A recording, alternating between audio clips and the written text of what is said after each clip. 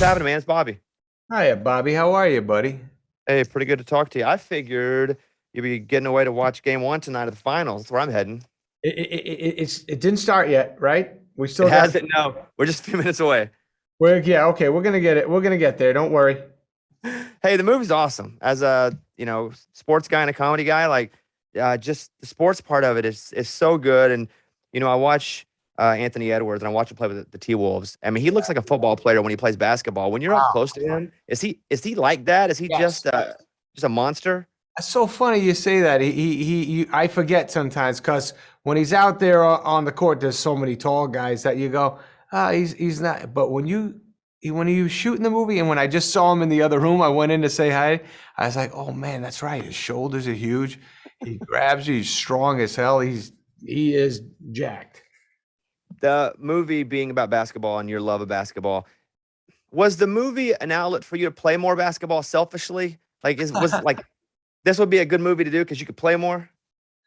Bobby, I had the worst thing happen to an old man. I played a lot when we were there. The first part of the movie we shot, played hoop every day, had a great time. Then the second half of the movie, because we had to separate two halves because of the pandemic, we had to not do contact basketball for a while. And then when it was safe enough, all the guys started showing up playing hoop.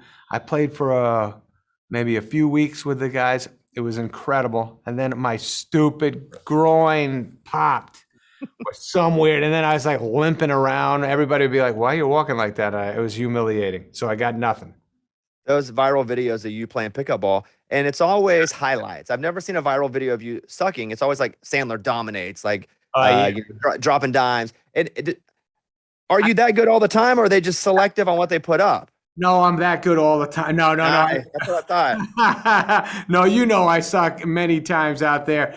There are times though, Bobby, where I'll go, why would they show that and not this? Because I had a killer pass that day. And then I'll sometimes when I'm out there playing and I notice the cameras come up and the kids are shooting me and stuff, I'm like, I make a nice pass. I look up, I'm like, nobody caught that? That was a good moment, man. We would have loved that one.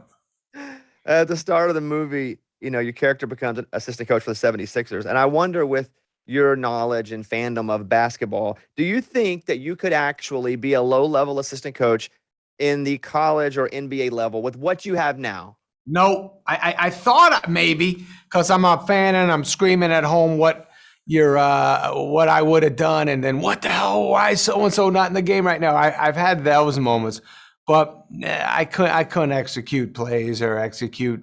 I couldn't memorize all the stuff. I don't even know every rule. I get confused with what's a charge and not a charge sometimes. I don't know enough. The movie's about your character chasing his dream, and your character says that people in their 50s don't have dreams. But just asking you as a person, do you still have dreams at this point with all that you've done? Yeah, I mean, I'm very thankful that I get to do all this stuff. I'm probably still driven like I used to be as a kid. When I commit to something, I try to go full tilt and be as good as I can. But I don't think I dream about it as much as I dream about my kids having a good life now.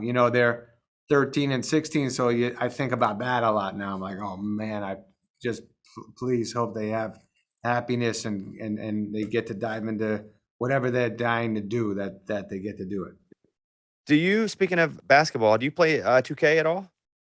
No. I know my buddies do, but I don't do. I really don't do much besides regular hoop. And how much do you get to play uninjured? Do you try to play every day, or how do you stay active other than basketball? That's the only thing I kind of do a lot of is hoop. And when before the groin, sometimes 7 days a week, but most of the time maybe 5. It's like my guaranteed sweat or my guarantee when I eat crappy food, I go, oh my God, I better go play hoop, to get rid of that. Hustle, such a good movie, again, especially for me. I was a big fan of you, a big fan of sports movies. Nice. And when you did Uncut Gems, I felt like you were snubbed a nomination. Do you feel like when you nail a serious movie that you want to do it and you don't get the nomination, which I thought you were going to get it, honestly. It's like, so I just thought it was going to be there, and when it wasn't, I was disappointed for you because we're best friends and stuff. But do you feel like when you almost nail it, that you should go back and do another one because you've gotten so close to it, and it's like you're there? They just need you to do one more real serious movie, in a row. Wow, that's I don't know, man. I don't even know what I think anymore. Like when I did that Gems movie, that Oscar stuff kind of comes out up, and they start talking about it and blah blah blah. Oh, maybe this and that. And then I started going, well, if I got to go and talk about this and run around and meet people who vote and all that stuff, I was like, hey, let me just say I want this thing real bad. I got to tell you, it wasn't on my mind in real life. When I came out to Hollywood as a kid, I just wanted to be Eddie Murphy, man. I didn't think about an Oscar, but when I do stuff like this, I do my best. I work at my ass off, and I do want it to be.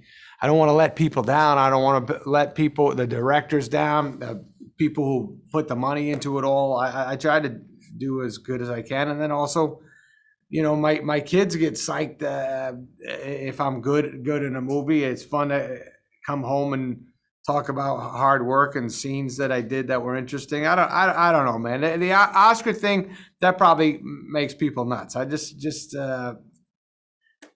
gonna try to do good shit. You mentioned Eddie Murphy, and I've heard people say that the first time they met you that they were so intimidated by how funny you are, how funny they've seen you be, maybe in movies, television, etc., or even on stage. Which, by the way, your last special was so freaking good. Who Thanks, man. was it for you that you saw once you started to make it New York or LA that was so funny you almost were intimidated because you're like, I'm not that. Wow, I mean, there's a bunch of those in my early days where I would go, "Oh my God, how did he do that? How'd she do that?" Kevin Meaney, there was a comedian, Kevin Meaney. When he went on stage, he would destroy so hard that it was just humiliating. You didn't know how to go after him. Rodney Dangerfield. When I was young, that was my guy that made me get into this, and Eddie and. But there's been a lot of comedians over the years that I see that I just go, well, shit, I don't want to go on after that. That's too good. When you finish a movie like Hustle, do you hate being done with it? Is it such a joy? Or are you like, that was awesome, I'm ready to finish it so we can get it out there? Which one is it? You don't, it's a weird thing. When you have it and it's still your secret, there's some sort of confidence you got, like, yeah, man, that's going to come out in a month or 2 months or in 6 months. You kind of have it in your pocket. It feels great. And then the closer you get to it coming out, you go, oh no, man, it's about to go out, and then it's not mine anymore. And then it's like, once a movie's released, I don't know about everybody else, but I'm like a little bit sick where I'm just like, all right, I better get going again, figure something out, move on to the next one. And it kind of goes away in your brain a bit. I like hearing about it on the street. If somebody talks to me about a movie, I from the past, I like hearing about what they like and if they connected or not. But once a movie comes out, like Hustle comes out in a week, I'll be like, all right, man, let's see what's next. We got to get to work. All right, last one for you, and then hopefully you can catch the game. So when you work with athletes that are so tall yet still are able to move like deer, like a 7-footer like Dirk, they can still be like a way better athlete than I could ever be. But he's also, I mean, it's almost like a science experiment that shouldn't work the way it does. Does it ever just get normal to you and you just like, yeah, that's just how it is? They're just 7 foot and awesome. I mean, dude, I'm not. Wancho is insane. All the guys that were in the movie, when they would just move, it's a whole other level of movement. You know that. But I'll tell you what, Boban, just shooting around. Boban, he's 7. What is he? I don't know. 7 something. Like 7'4" or something like that? Something like that, right? His hands are so gigantic. His body's built. He's massive.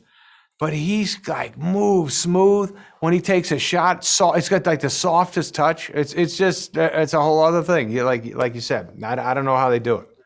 All right, I hope everybody watches Hustle. It's so good. Watch it on Netflix. Also going to be in select theaters. Look for it. Adam, just a big fan. Just appreciate you and thanks for the time. And I would wish you success, but you don't need it. So you can wish me success. Would you wish me success at the end of this? I've never done this before, so let me have it. Bobby, you got a lot of success coming. You're very cool. You're very nice to me. Thank you for that. And you're smooth as hell, man. And you got a lot of good stuff coming. There we have it. We heard it right there. Adam, thanks, buddy.